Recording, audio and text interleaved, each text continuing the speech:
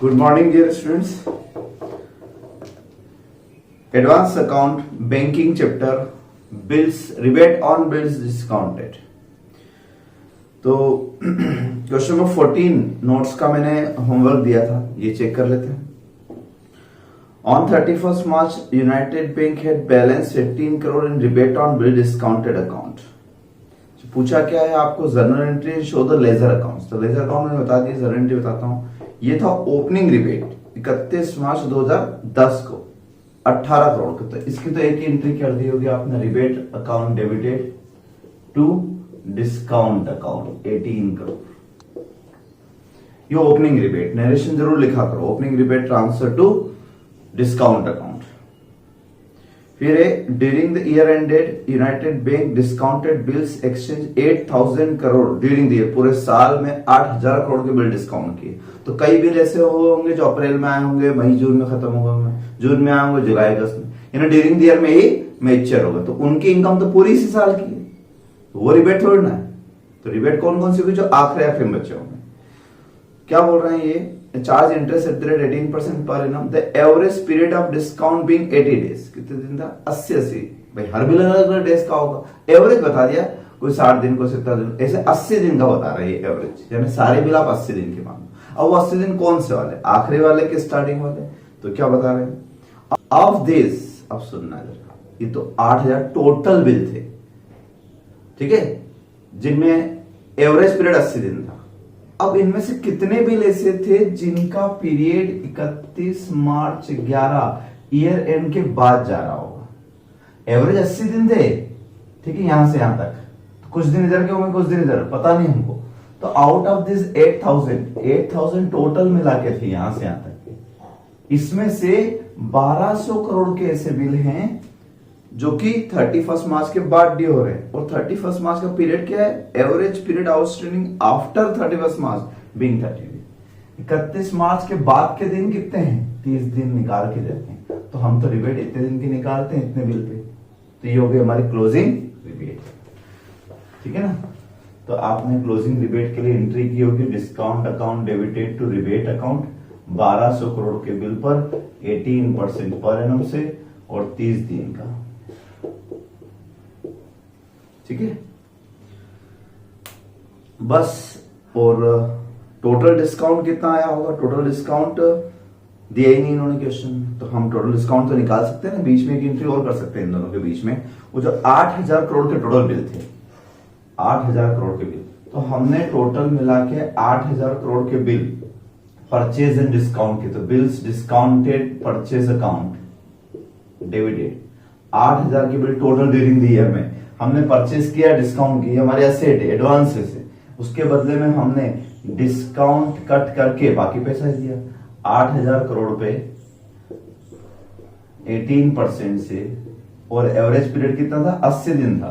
तो 80 दिन का इस तरीके से, ठीक है. 80 डेज का कितना हो जाएगा, 8000 into 18% divide by 365 into 80 days, 315.62 कर लेते हैं इसको.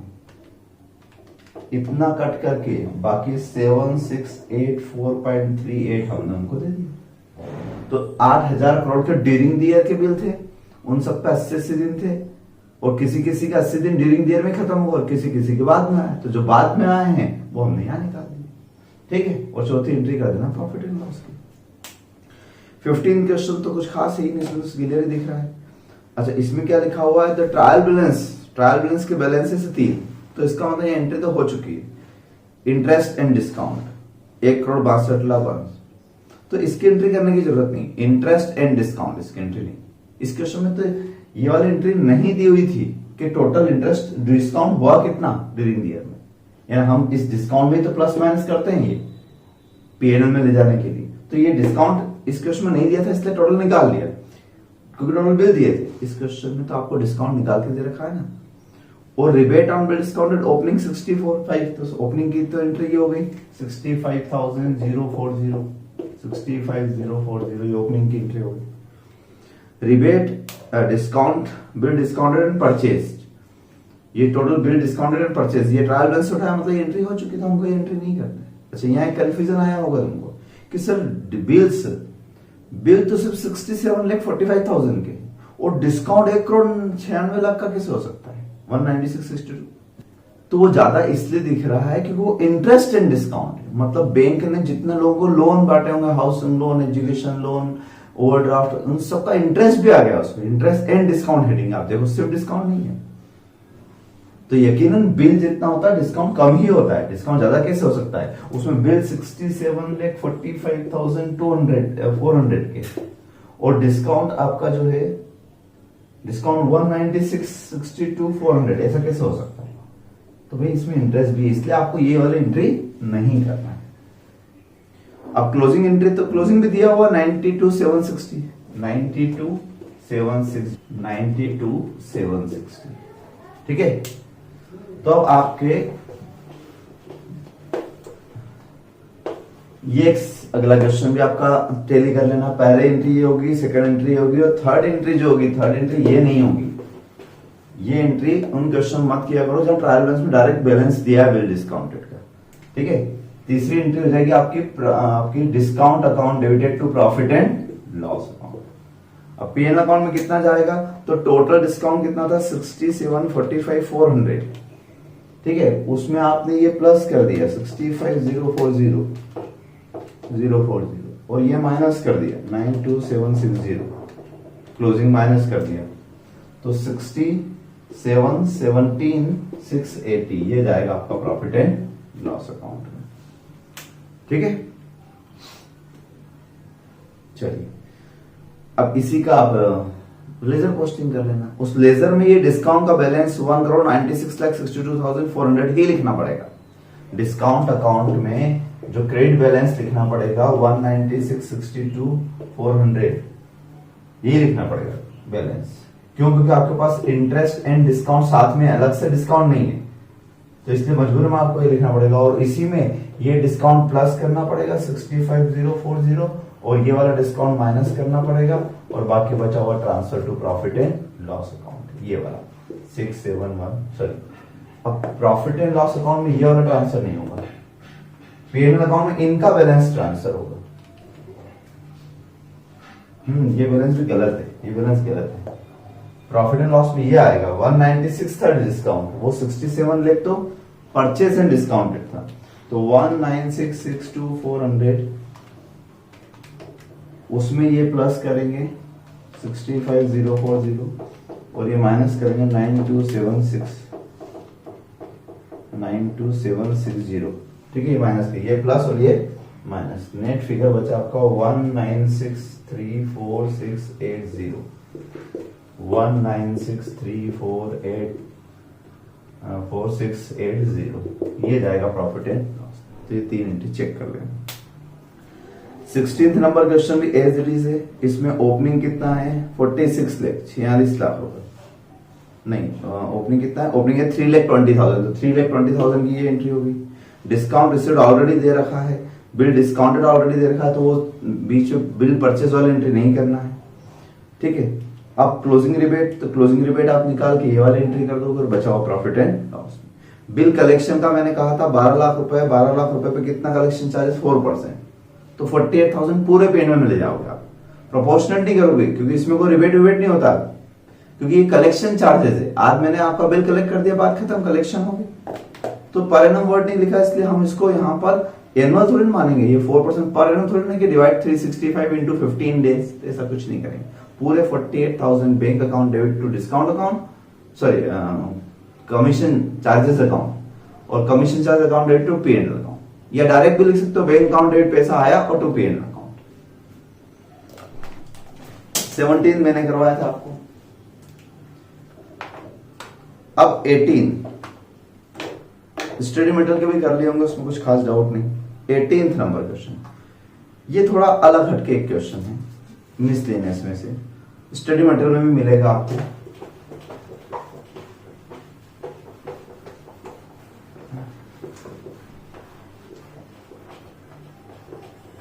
अगर आपने सारे शेड्यूल रिवाइज कर लिए हों, सारे शेड्यूल बोला था मैंने रिवाइज कर लेना, सारे शेड्यूल अगर आपने रिवाइज कर होंगे तो शेड्यूल नंबर 12 देखना, 12 कंटिंजेंट लायबिलिटी, कंटिंजेंट मे और मे नॉट वाला। हो सकती है और नहीं भी हो सकती। तो कंटीजेंट लायबिलिटी में एक पॉइंट मिलेगा acceptance enrolment and other obligation, एक हेडिंग मिलेगा acceptance enrolment and other obligation. यानी कई बार क्या करते हैं बैंक वाले, हमने हमारे किसी अच्छे क्लाइंट के बिहाफ पर, मिस्टर एक्स हमारा बहुत अच्छा क्लाइंट है, इस मिस्टर एक्स को पैसा भाई को देना है,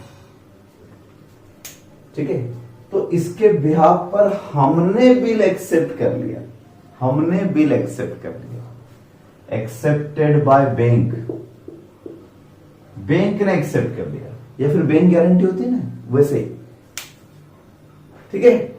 तो acceptance enrolment and other obligation, हालांकि हमने एक्सेप्ट किया लेकिन रियली हमारी लायबिलिटी नहीं है, हम तो उससे लेके इसको दे देंगे, लेकिन अगर वो नहीं देगा तो किसको देना पड़ेगा, हमें देना पड़ेगा। तो इसलिए कंटीजेंट है ना, वो नहीं देगा तो हमें देना पड़ेगा, वरना नहीं देना पड़ेगा। तो जब कंटीजेंट, ये कंटीजेंट लायबिलिटी में आता है acceptance and enrolment and other obligation on behalf of client, client को हम कंस्टिट्यूएंट भी बोलते हैं। तो अगर मान लो मुझे इसको 50 लाख का बिल एक्सेप्ट किया, तो या तो ये दे दे 50 लाख तो मुझे नहीं देना पड़ेगा, और ये मान लो 10 लाख ही देगा तो बाकी 40 मुझे देना पड़ेगा। अल्टीमेट आपका ऑब्लिगेशन खत्म कैसे होगा, पेड बाय कंस्टिट्यूएंट या पेड बाय बैंक। ऐसा एक छोटा सा क्वेश्चन बनता है। और एक कंटीजेंट लायबिलिटी है, यानी इसका जो अकाउंट है वो बैलेंस शीट में तो आएगा नहीं, कंटीजेंट लायबिलिटी बैलेंस शीट के अंदर कहां आती है, वो तो टोटल लगने के बाद शो होती है।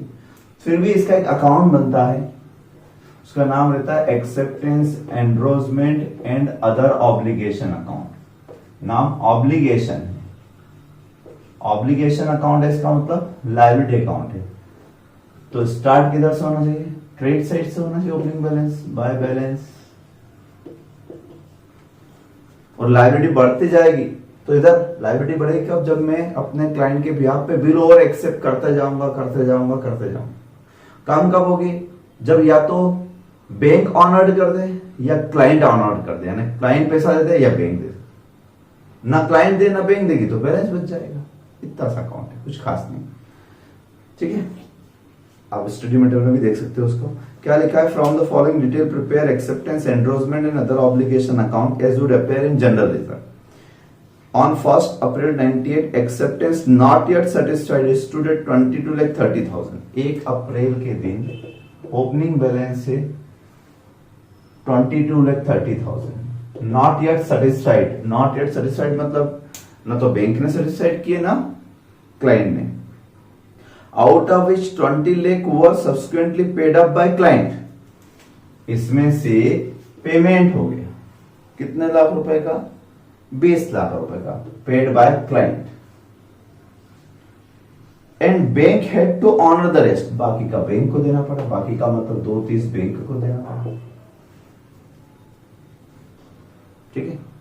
लेकिन हम भी किससे वसूल कर लेंगे, उस क्लाइंट से वसूल कर लेंगे। बैंक ने दे दिया तो क्या हुआ, ठीक है हमने दे दिया अभी, लेकिन हम किससे ले लेंगे, हम अपने क्लाइंट से ले लेंगे। तो ये सारी एंट्री जो है आप देखना स्टडी मटेरियल में, यहां पर आपको कंस्टिट्यूएंट्स लेजर अकाउंट ऐसा लिखा हुआ मिलेगा, कंस्टिट्यूएंट्स लेजर, सब जगह एक ही बात, क्योंकि कंटिंजेंट ना, इतने की असेट है, इतने की लायबिलिटी तो इतने की असेट भी है, क्योंकि इतने रुपए हमें उनसे लेना भी है, तो ये खत्म हो जाता है। कंटिंजेंट लायबिलिटी इस तरीके से, एक असेट अकाउंट एक लायबिलिटी अकाउंट, तो इसलिए बैलेंस शीट में शो नहीं होते। एक्सेप्टेंस एनरोलमेंट जितने डेबिट बैलेंस होते हैं उतने क्रेडिट बैलेंस होकर खत्म हो जाते हैं। इसलिए कोई सा भी एक अकाउंट बना लो, दूसरा अकाउंट इसका मिरर इमेज होगा, ये सब उसके अकाउंट में डेबिट हो जाएंगे, रिवर्स हो जाएंगे। अभी एक और बताता हूं, बिल फॉर कलेक्शन, उसमें आपको क्लियर समझ में आएगा कि दोनों तरफ रिवर्स हो जाते हैं। तो याद करो बैलेंस शीट के फॉर्मेट में हम 1 से 11 शेड्यूल तक आए थे, फिर नीचे 12 नंबर पे एक तो कंटीजेंट लिखा था और एक लिखा था बिल फॉर कलेक्शन। ये दो चीज समझाऊंगा आज में, तो एक ये समझ लो आप। तो यहाँ सब जगह क्या लिखना है आपको, सिर्फ इतना सा ध्यान रखना है कि क्रेडिट कब होगा, डेबिट कब होगा। आप स्टडी मटेरियल में भी इसका सॉल्यूशन देख सकते हो। अब फिर क्या हुआ, scrutiny of acceptance register reveal the following, ये फॉलोइंग मतलब client A B C D E F total मिला के 42,70,000, बस क्वेश्चन खत्म। यानी टोटल ड्यूरिंग द ईयर में इतने बिल और एक्सेप्ट किया आपने इतने सारे क्लाइंट के नाम पर, 42,70,000, तो इतनी लायबिलिटी और बढ़ जाएगी। अगेन वो एक बाय कॉन्स्टिट्यूएंट्स लेजर, ये ड्यूरिंग द ईयर कौन सा है ये 98 90 इतनी लाइबिलिटी और बढ़ गई। आप चाहो तो डिटेल लिख देना A B C D E F सबके भी भाई एंट्री ए की। अब इनके सामने क्या लिखा है, ए के सामने 10 lakh bank honoured on 10th June, bank ने पेमेंट किया 10 जून को टू कंस्टिट्यूएंट्स लेजर, बैंक ने पेमेंट किया तो लाइबिलिटी कम हो गई। 12 लाख पार्टी पेड ऑफ, सितंबर में पार्टी ने पे कर दिया तो भी कंस्टिट्यूएंट लेजर कितने लाख रुपए, 12 लाख रुपए। ब्रैकेट में लिखते जाते हैं ए बी। सी में क्या हो, 5 lakh party fail to pay and bank had to honour, bank को देने पड़े तब भी उस कंडीशन में भी पेमेंट तो कम हो गया 5। तो ये सारी लायबिलिटी धीरे धीरे कम हो गई, या तो हमने दी या क्लाइंट ने दी। और बाकी 3 ने नॉट सेटिस्फाइड लिखा है, यानी बाकी 3 31 मार्च 96 तक, 31 मार्च कौन सा ईयर आएगा 99 तक नहीं सेटिस्फाइड हुए तो बैलेंस आ जाएंगे। कौन कौन से, डी ई और एफ, इन तीनों के, यानी 8 5 13 15 15,70,000। बस इतना सा सड़ा सा क्वेश्चन, कोई लॉजिकल नहीं, बट ऐसा कभी आ जाए गलती से तो बहुत इजी रहेगा। ठीक है, तो छोटे छोटे क्वेश्चन भी आते हैं, इस बात का ध्यान रखें। एक और ऐसे क्वेश्चन बताता हूं, 18A देखो आप, 18A question. On 1 April bill for collection, bill for collection भी off balance sheet item, balance sheet के बाहर के आइटम है, बैलेंस शीट के अंदर नहीं। क्यों, उसका भी रीजन बताता हूं।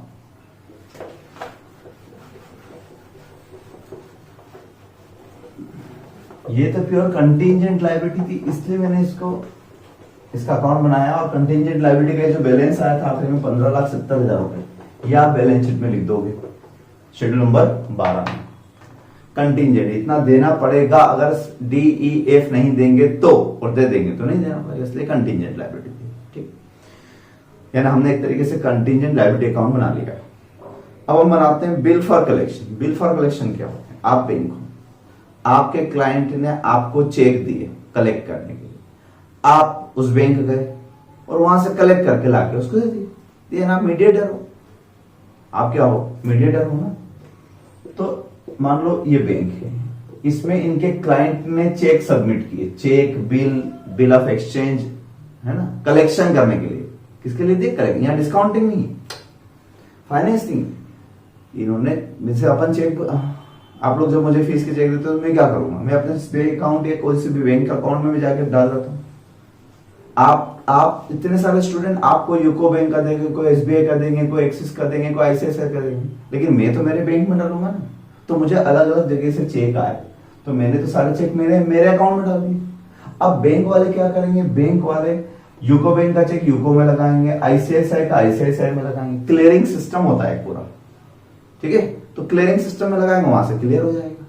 क्लियर हो जाने का मतलब क्या, मतलब वो बैंक वाले इनको पेमेंट देंगे, तो ये क्या रख लेंगे खुद, नहीं, ये किसको देंगे, मेरे अकाउंट में क्रेडिट कर देंगे। ये सिस्टम चलता है।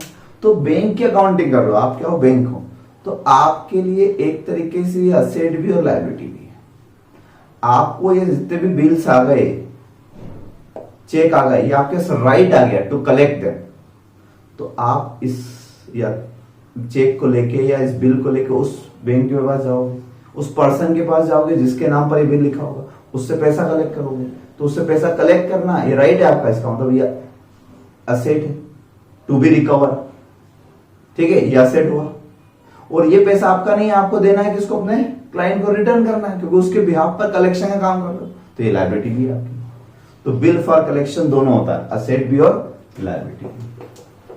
अब इनके बुक्स में क्या एंट्री होगी, तो bill for collection asset account, और एक एज इट इज बनता है bill for collection liability account.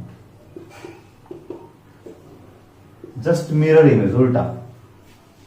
कैसे देखो, तो on 1 April bill for collection was 7 lakh, 7 lakh के बिल थे, तो 7 लाख के बिल थे मतलब ओपनिंग बैलेंस, तो असेट में डेबिट आएगा बैलेंस,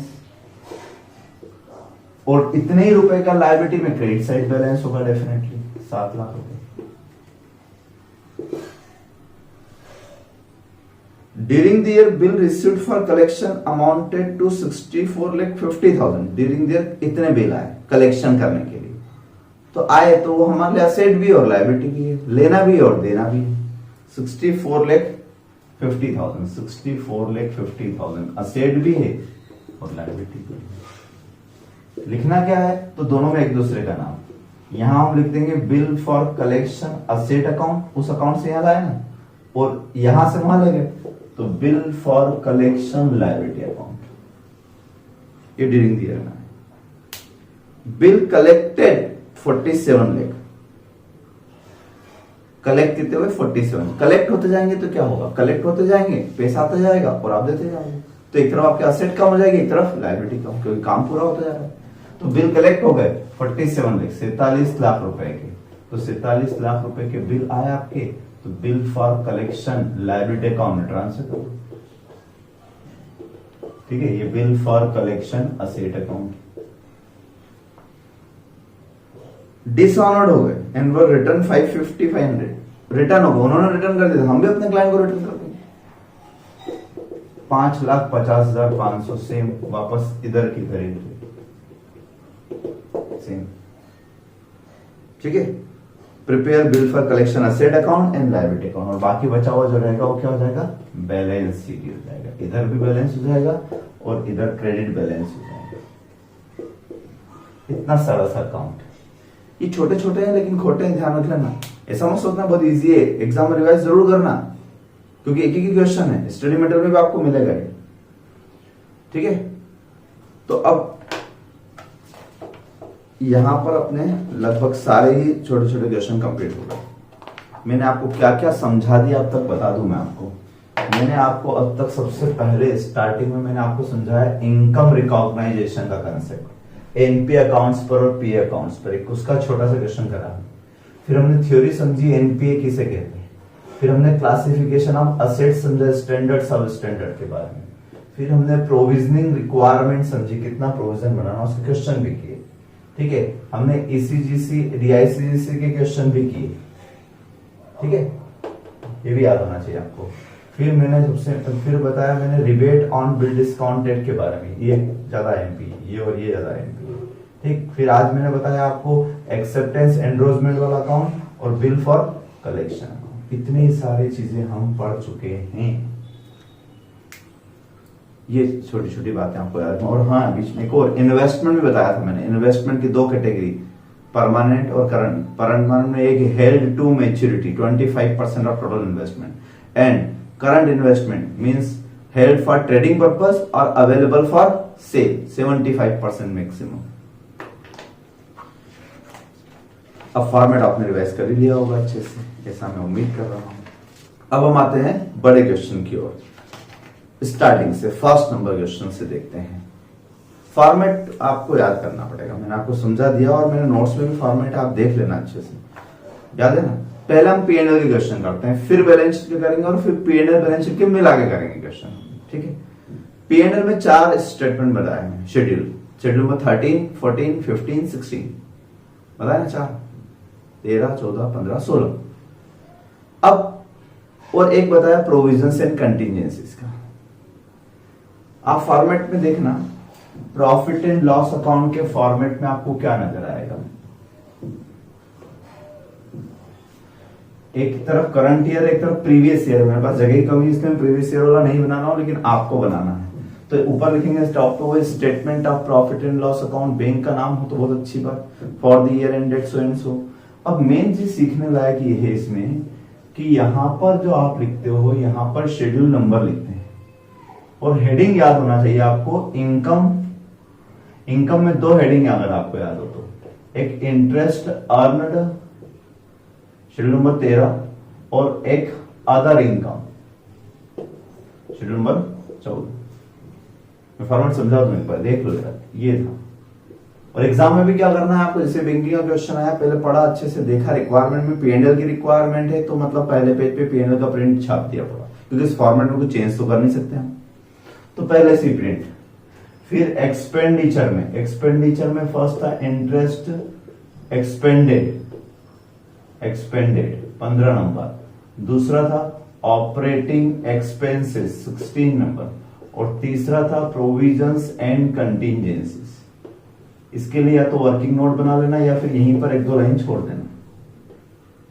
ठीक, ये ए पार्ट हो गया आपका, ये बी पार्ट हो गया आपका। यहां आता है प्रॉफिट एंड लॉस, एक होता है net profit during the year A minus B, और फिर एक आएगा brought forward from previous year, पिछले साल से आगे लाए नेट प्रॉफिट, वो ये टोटल प्रॉफिट हो जाएगा। इस प्रॉफिट का एप्रोप्रिएशन करना है। एप्रोप्रिएशन में एक था याद करो, ट्रांसफर टू स्टैट्यूटरी रिजर्व, वैधानिक बैंकिंग रेगुलेशन एक्ट के हिसाब से आपको बनाना ही है statutory reserve. 25% of net profit during the year, कितना percent? 25% of net profit during the year वाला, सिर्फ इस प्रॉफिट, ठीक है ना। और ये रेट 25 की जगह अगर 20 हो जाएगी, कहीं अमेंडमेंट का था इसका, तो अगर अमेंडमेंट आएगा तो आपकी जो आखिरी में आरटीपी आएगी उसमें आ जाएगा, बट फिलहाल अभी हम ये करेंगे। दूसरा मैं बताता था ट्रांसफर टू अदर रिजर्व्स का कहे तो करना वरना नहीं करना है। तीसरे नंबर पे था प्रपोज्ड डिविडेंड या पेमेंट टू गवर्नमेंट, और चौथे नंबर पे आता है balance carry forward to balance sheet, बाकी बचा हुआ बैलेंस शीट में ले जाएंगे। ये 4 स्टेप थी आपको, ये फॉर्मेट अच्छे से याद हो जाना चाहिए। कितनी जल्दी बन गया आप देखो, तो एग्जाम में भी ऐसे ही करना है, 5 मिनट में फटाफट खींच के रख देना। अब क्या करना है सर, तो अब पहले क्वेश्चन पढ़ते हैं, कैसे क्वेश्चन आते पहले आपको आइडिया लग जाए। फर्स्ट क्वेश्चन तो होमवर्क, सेकंड नंबर से बताता हूं, सेकंड में करवाता हूं। सेकंड नंबर में ये है कि आपका देखो, second number from the following information prepare profit and loss of modern bank. अब आपको करंट ईयर भी दिया, प्रीवियस ईयर भी दिया, तो करंट ईयर के फिगर भी लिखना पड़ेंगे, प्रीवियस ईयर के भी लिखना पड़ेंगे, और प्रीवियस ईयर का जो नेट प्रॉफिट आएगा वही यहां आएगा ब्रॉड फॉरवर्ड, ठीक है ना। तो प्रीवियस ईयर का पूरा क्वेश्चन होगा, सब कुछ ये रिजर्व जो भी दिए होंगे सब करना पड़ेगा। आखिर में कहां गया होगा? बैलेंस शीट में, वो बैलेंस शीट में गया होगा, और वो बैलेंस शीट से क्लोजिंग इधर ओपनिंग बना होगा ना, वही तो इधर ओपनिंग बना होगा, प्रॉफिट हो या लॉस हो, तो प्रीवियस ईयर भी करना पड़ेगा। Also give necessary schedules. Other information लिखा था following items are already adjusted with interest and discount. Already adjusted यानी ये आइटम इंटरेस्ट एंड डिस्काउंट में एडजस्ट हो गए, जबकि बैंक के लिए इंटरेस्ट एंड डिस्काउंट सबसे मेन इनकम होता है, उसमें एडजस्ट कर दिया। टैक्स प्रोविजन वहां लिख दिया, प्रोविजन फॉर डाउटफुल डेट्स वहां लिख दिए, loss on sale of investment वहां लिख दिया, रिबेट ऑन डिस्काउंट वहां लिख दिया, जबकि वहां थोड़ा लिखते हैं। फिर एप्रोप्रिएशन क्या करना है? 25% of profit to statutory reserve and 5% of profit to revenue reserve, question करना। तो P&L का क्वेश्चन करते हैं। अब समझ में बात, पहले पूरा क्वेश्चन पढ़ा आराम से, नंबर 1 ये बनाया, नंबर 2 इन सब क्वेश्चन में फॉर्मेट फिक्स है, यानी शेड्यूल नंबर फिक्स है, तो आपको 1 2 3 4 शेड्यूल बनाना है और ज्यादा से ज्यादा इसकी वर्किंग नोट बनाना है। तो 4 शेड्यूल बनाओगे आप, एक पेज पर ये आ गया, दूसरे पेज पर आप एक पेज पे 2 शेड्यूल बनाना है, एक इसका और एक इसका 13 14, फिर अगले पेज पर 14 15 एंड 16, और बाकी की जगह वर्किंग नोट कीजिए। और एक तो क्वेश्चन के बाद आइडिया हो जाएगा। वैसे एक शेड्यूल में वैसे 4 से 5 लाइन बहुत होती है ना। तो शेड्यूल नंबर 13 है अपना इंटरेस्ट अर्न का।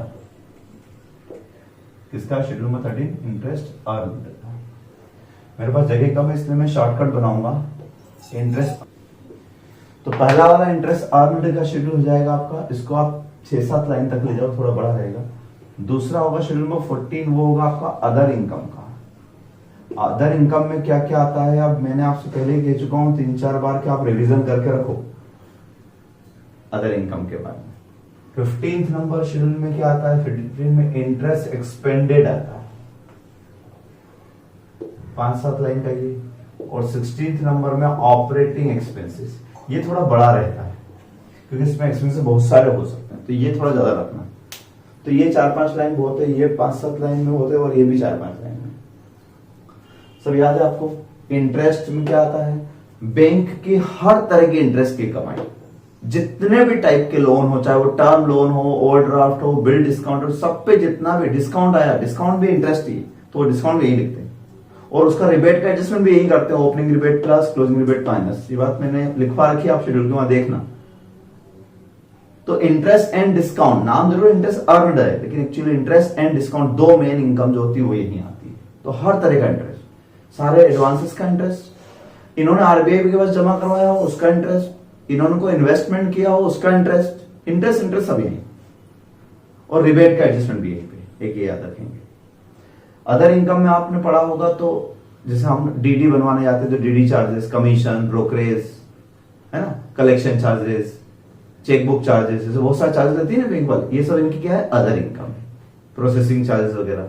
तो commission, brokerage, exchange, sale, profit loss on sale of investment, profit loss on sale of asset, revaluation of assets and investment, ये सब अदर इनकम में आता है।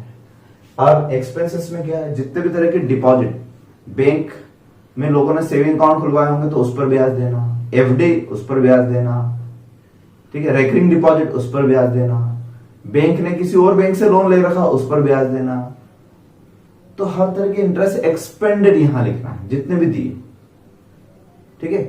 करंट अकाउंट पे जनरली आजकल इंटरेस्ट नहीं मिलता है, लेकिन ये पुराने क्वेश्चन है स्टडी मटेरियल में भी, यहाँ पर भी। तो यहाँ पर अगर इंटरेस्ट ऑन करंट अकाउंट है मतलब वो मिला, सॉरी वो एक्सपेंडेड ही है, जैसे सेविंग अकाउंट पे दिया, एफडी पे दिया, ऐसे करंट अकाउंट पर भी दिया, ठीक। और ऑपरेटिंग में आ जाएंगे सैलरी वगैरह वगैरह जितनी भी चीजें, तो देखते जाए फटाफट से। मतलब ये समझो ये चैप्टर में आपको कुछ भी नहीं बचा लॉजिक वाली बात। अब लॉजिक नहीं, अब आपको फॉर्मेट बेस्ड, और फॉर्मेट बेस्ड चैप्टर इसलिए अच्छे रहते हैं, फिल इन द ब्लैंक्स होते हैं, कुछ दिमाग नहीं लगाना, बस जहां जो बोला तब तो लिखते चले जाओ। नंबर 1, इंटरेस्ट एंड डिस्काउंट 2045, यहां आएगा इंटरेस्ट एंड डिस्काउंट 2045। लेकिन इसमें एक प्रॉब्लम थी। अच्छा, प्रीवियस ईयर के कॉलम आप बना लेना, हर जगह प्रीवियस ईयर का आपको बनाना है, वो आप फिल कर देना। इसमें नीचे एक पॉइंट दिया था कि following items are already adjusted in interest, ये इसमें एडजस्ट हो गए, जबकि क्या है इसमें एडजस्ट होना चाहिए नहीं। तो आप क्या करते हो, रेक्टिफिकेशन कंसेप्ट, जहां गलत लिख दिया वहां रिवर्स कर दो, यानी एडजस्ट हो गया मतलब माइनस हुए होंगे ये सब, क्योंकि ये तो इनकम वाले आइटम है और ये सब तो मुझे प्रोविजन वगैरह ये सब तो लॉस वाले आइटम थे, तो इनको पहले मैं एड बैक कर देता हूं। तो सबको एड बैक कर दो आप, ठीक है। तो ऑलरेडी एडजस्टेड आइटम्स,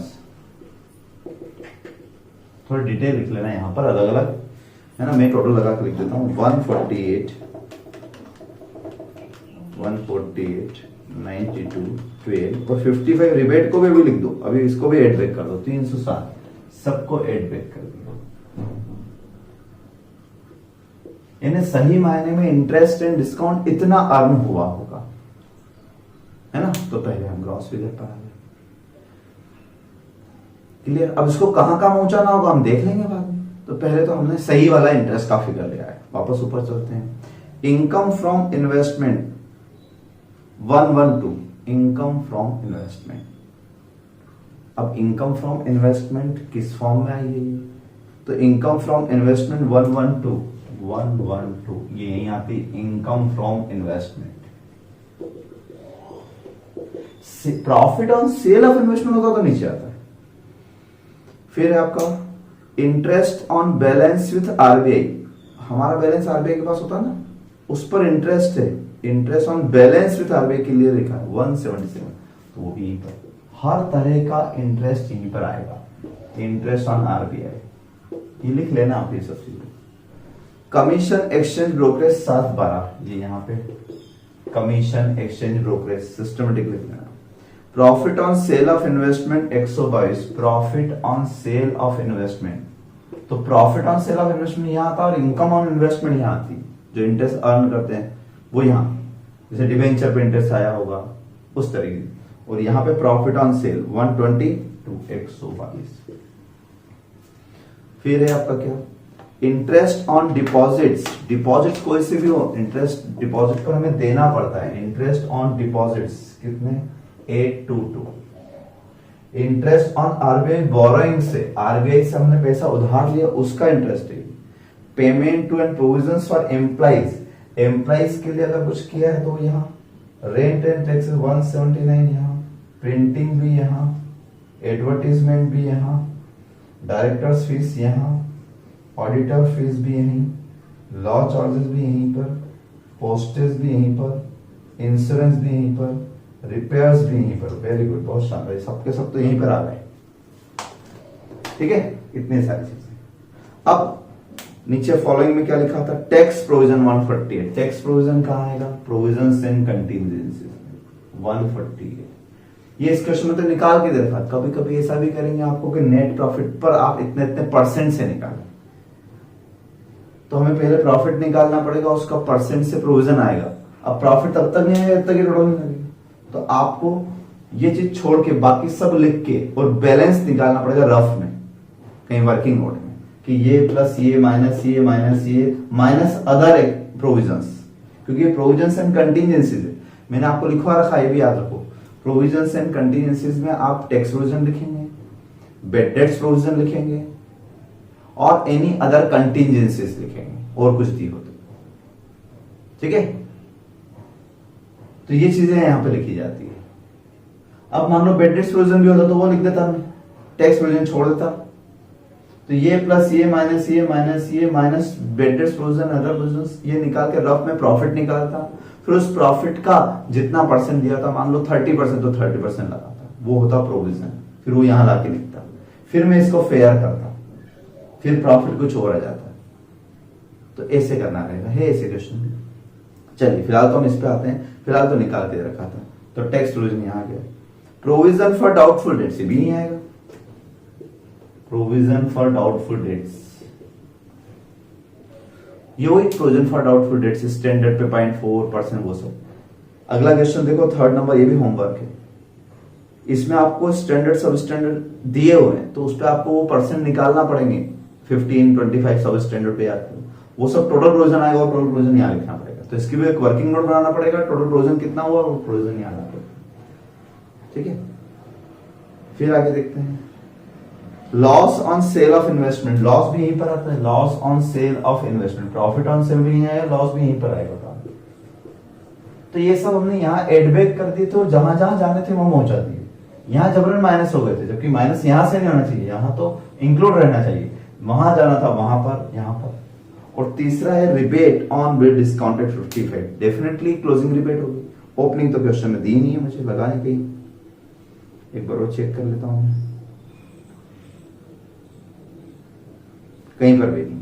अगर ओपनिंग रिबेट होती तो आप क्या करते हैं, तो रिबेट, इंटरेस्ट एंड डिस्काउंट, सारा डिस्काउंट इसी में इंक्लूड है। तो डिस्काउंट में हम क्या करते थे, ओपनिंग रिबेट ऐड करते थे और क्लोजिंग रिबेट क्या करते थे, माइनस। क्यों माइनस करते थे, क्योंकि वो इस साल की इनकम नहीं है। तो 55 इस वर्ष की इनकम। तो सर जब माइनस से करना था तो वही माइनस से करने देते, सही बात है, तो भी हो जाता, सही हो जाता।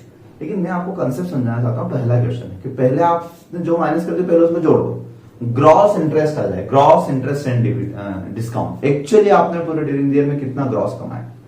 फिर क्यों माइनस कर रहे हैं, इसका रीजन तो आप समझ में आया ना, कि इसमें से कुछ रिबेट ऐसी है जो नेक्स्ट ईयर होगी, एडवांस इनकम। तो एडवांस इनकम हमने माइनस कर दी, इसलिए मैंने एड बैक कर। जो कंसेप्ट क्लियर हो जाता है डायरेक्ट भी कर सकते, चलेगा। बस ऐसे करना है क्वेश्चन। मतलब मैंने क्या किया, आप बताओ, कुछ समझाया नहीं, मैंने सिर्फ बताया आपको फिल इन द ब्लैंक्स कि कौन सी चीज कहां लिखना है। बस इनका टोटल लगाओ और वहां लिख दो इसको, इन सबको टोटल लगा के यहां लिख दो। चलो कंप्लीट करके और फिर मैं पूरा ही करवाता हूं ये वाला क्वेश्चन। तो देखिए मैंने आपको टोटल लगा दिया है, इसका टोटल आ गया, ये यहां इतना टोटल, यहां इतना टोटल, और यहां पर एक 212 रह गया था, वो और ऐड कर लेना। तो टोटल मिला के 2093। ये सब आपको यहां पर लिख देना, फिल इन द ब्लैंक्स। इसलिए मैंने कहा था पहला फॉर्मेट तो फिक्स है आपका, यहां लाके लिख दिया। इसका टोटल अलग लगेगा ए, ये एक्सपेंडिचर में तीन चीजें, इसका टोटल अलग लगेगा, दिस माइनस दिस, ये आ गया net profit during the year, A minus B. ये लास्ट ईयर प्रीवियस ईयर का, जो आप प्रीवियस ईयर कॉलम बनाओगे तो उसमें 6 का लॉस आ रहा होगा, वो लॉस इधर ले आना। ठीक है, टोटल आ गया। अब एसआर में कितना ट्रांसफर करना है, एसआर में ट्रांसफर करना है 25% ऑफ करंट ईयर्स प्रॉफिट। 106 का, 100 का नहीं, 106 का। तो 106 का 25%। और एग्जाम में अगर ये रेट बदल के आए तो बदल देना। फिर रेवेन्यू रिजर्व का बोला इसलिए कर रहे हैं, रेवेन्यू रिजर्व में कितना बोला 5%, तो 5% कर लिया, 5% किसका करंट ईयर प्रॉफिट है। ठीक, डिविडेंड कुछ है नहीं, डिविडेंड कौन सा वाला जो मिलता है वो नहीं, वो तो इनकम में चला गया, जो देते हैं बैंकिंग जो कंपनी है, एक्सिस बैंक ऐसे सब कंपनी, तो वो वाला। अब आपका टोटल 100 बराबर आना चाहिए, टोटल 100 से नहीं आएगा, 600 आएगा। टोटल प्रॉफिट ये था, इसका एप्रोप्रिएशन हुआ तो इसमें से 26 यहां चला गया, यहां चला गया, बाकी बचाओ बैलेंस 68.2 बैलेंस शीट में चला गया। यही वो फिगर है जो बैलेंस शीट में रिजर्व्स एंड सरप्लस में जाएगा। ये आपका कंप्लीट क्वेश्चन एक बार मैंने करवा दिया। ठीक है, क्लियर बात, मतलब कुछ भी नहीं है चैप्टर में, फिल इन द ब्लैंक्स। अब आगे जो समझाने वाली बात थी मैंने बता दिया आपको, निकल गई वो समझाने वाली, छोटे छोटे क्वेश्चन जो थे, अब कुछ भी खास नहीं। तो आपके लिए तो इलस्ट्रेशन नंबर क्वेश्चन नंबर 1 करना है नोट्स का। क्वेश्चन नंबर 3 में मेरे हिसाब से कोई खास प्रॉब्लम आपको, क्वेश्चन नंबर 3, चलिए अभी क्वेश्चन नंबर 3 रहने देना, पहले क्वेश्चन नंबर 1 करके बताना और स्टडी मटेरियल में देख लेते हैं। नहीं चलिए अभी तो आप एक ही क्वेश्चन करें, क्वेश्चन नंबर 1। आज का होमवर्क सिर्फ इतना है, क्वेश्चन नंबर 1 करें और क्वेश्चन नंबर 2 ये वाला जो है ये रिपीट करना है, ये तो मैंने करवाया, तो 2 होमवर्क आपके लिए आज। ठीक है, फिर मैं अगले स्टेप में आपको बताता हूं, फिर आगे बढ़ेंगे। ठीक है, थैंक यू सो मच।